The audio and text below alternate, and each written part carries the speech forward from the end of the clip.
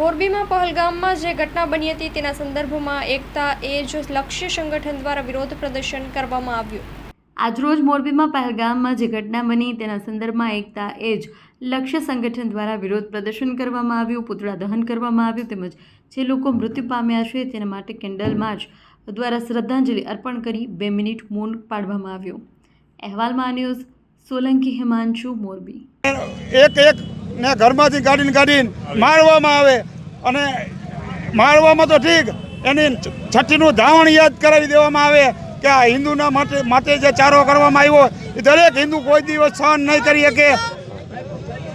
જે કાશ્મીર વિસ્તારની અંદર હિન્દુઓને જનધ્ય કૃત્ય કરી અને જે ગોળીએ મારી અને હત્યા કરવામાં આવી, આમ હિન્દુઓ તો સહન કરતા આવ્યા છે, પણ આ જે કૃત્ય કર્યું છે એ પાકિસ્તાનને ચેતવણી છે કે જો તમે તમારી માનું દૂધ પીધું હોય તો એક સનાતની સામે આવો, તમને જમીનના 7મા પાતાળની અંદર દફનાવી દેશે। આ હિન્દુ છે। શ્રી ડી રામાવત આંતરરાષ્ટ્રીય હિન્દુ પરિષદ મોરબી જિલ્લા અધ્યક્ષની જવાબદારી છે। એ જવાબદારી બીજા નંબરે છે, પહેલા નંબરે હું સનાતની છું, હિન્દુ છું। સમગ્ર સનાતની હિન્દુ ભાઈઓ બહેનો અહીંયાથી આહવાન કરે છે કે જે પાકિસ્તાનના ઇશારે જે અમારા ભાઈઓની જે તમે કતલ કરી છે એ અમારો 15 વર્ષનો જુવાનીઓ પણ સહન નહીં કરી શકે। અને તમે તમારી નાનીનું ધાવણ ધાવ્યા હો ને તો એક વખત તમે અમારી સામે આવો તો તમને અમે તમારી નાનીનું ધાવણ યાદ કરી દેશું। એ પાકિસ્તાની કાયરતાપૂર્વક મારો છો, હિંમત હોય તો આવો અને હિન્દુ શું છે એ બતાવી આપશે। એટલે ફરીને અમારા હિન્દુઓ પાકિસ્તાનને ધમકી નહીં પણ આહવાન કરે છે કે તમે તમારી માનું ધાવણ ધાવ્યા હો તો ખરેખર તમે મેદાનમાં આવો।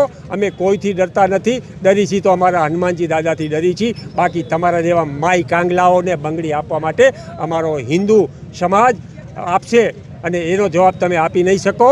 જય શ્રી રામ, ભારત માતા કી જય। જય શ્રી રામ। આજે અમે સર્વે હિન્દુ સમાજને સાથે રાખી એકતા એજ લક્ષ્ય સંગઠન આજે અહીંયા તમે જોઈ રહ્યા છો, જે આટલી વિશાળ જદમેદનીમાં આ 18 વરણ ગુજરાતની બહારના હિન્દુ, ગુજરાતના હિન્દુ, અલગ અલગ બધા જ ભાષા પ્રાંતના અલગ અલગ બધા હિન્દુ ભેગા થઈને આજે પહેલગામની અંદર જે કાયરાના હરકત કરવામાં આવી છે, જે નીચ હરકત કરવામાં આવી છે, એનો વિરોધ અમે દરેક હિન્દુએ સાથે મળીને કર્યો છે। અમારી એ માંગ છે સરકાર પાસે, અમને વિશ્વાસ છે સરકાર ઉપર, મોદી સરકાર ઉપર કે તે હિન્દુત્વની સરકાર છે અને યોગ્ય નિર્ણય લેશે, પરંતુ જલ્દીથી જલ્દી અને કઠોરથી કઠોર અને એવો દાખલો બેસાડવામાં આવે કે આ નીચ વ્યક્તિઓ બીજી વાર આવી હિંમત કરવાનો વિચાર ન કરે। તમે જુઓ આ કાયરોએ નીચે કેટલી નીચ હરકત કરી છે। દરેક આ કાયરો આતંકવાદીઓએ જે નિહત્તા ટુરિસ્ટ હતા, જે પોતાની ફેમિલી સાથે હતા, પોતે આનંદ મોજ મસ્તી સાથે પોતાનો પ્રવાસ મનોરંજન માણી રહ્યા હતા, ત્યાં જઈને એ લોકો પૂછે છે, ના જાતિ પૂછે છે, ના ભાષા પૂછે છે, ના પ્રાંત પૂછે છે, ફક્ત પૂછે છે કે તમે હિન્દુ છો કે મુસ્લિમ। અને જેવું કહેવામાં આવે છે કે અમે હિન્દુ છીએ તો એને પૂછવામાં આવે છે કે તમને કલમો પડતા આવડે છે, તો કહે છે ના કલમો પડતા નથી આવડતો। અને જેવી એને ખબર પડે છે ત્યાં તરત ગોળી મારવામાં આવે છે અને સાથે સાથે ગોળી તો મારવામાં આવે છે। અને એમાં અમુક જે હિન્દુ ભાઈઓ હતા એ જે ખોટું બોલે છે, પોતાનું જાત બોલતા નથી, તો એમને નગ્ન કરી એમને ચેક કરવામાં આવે છે કે એમનું ખતના થયું છે કે નહીં। આટલી નીચ હરકત પોતાના બાળકો, પરિવારો, પોતાની પત્ની બધાની સામે કરવામાં આવે છે। અને તમે ઘણા વિડીયોમાં જોયું હશે કે પોતાની પત્ની બાળકોની સામે ગોળી મારી અને જ્યાં સુધી વ્યક્તિનો જીવ ન જાય ને ત્યાં સુધી ઊભા રહીને હસે છે અને એવું કહે છે કે જાઓ કહી દો તમારા મોદીને। તો પહેલાં તો આતંકવાદી શા માટે એવું બોલ્યા કે જાઓ કહી દો તમારા મોદીને, અને હિન્દુને જ કેમ ટાર્ગેટ? હવે હિન્દુ સમાજે આ સમજવાનું છે કે આપણે ભાષા પ્રાંત અને આ જ્ઞાત જાતમાં ક્યાં સુધી વેચાયેલા રહેશું। આપણે બધા એક થવાનો સમય આવ્યો છે, આપણે બધાએ જાગૃત થવાનો સમય આવ્યો છે। હવે ન જાગ્યા તો આપણે આવી રીતે રોજ કપાશું। પશ્ચિમ બંગાળમાં તમે જોયું કે હમણાં આપણા અનેક સેંકડો હિન્દુ પરિવાર સાથે મારપીટ થઈ, લૂંટફાટ થઈ, બલાત્કાર થયા, બહેનોના ચીરહરણ થયા અને સાથે સાથે એ લોકોની સંપત્તિને પણ લૂંટવામાં આવી. હજી એ મુદ્દો શાંત નથી થયો. ત્યાં પહેલગાંવની અંદર આ કાયરાના હરકત 26 જેટલા હિન્દુઓને મોતને ઘાટ ઉતારવામાં આવ્યા.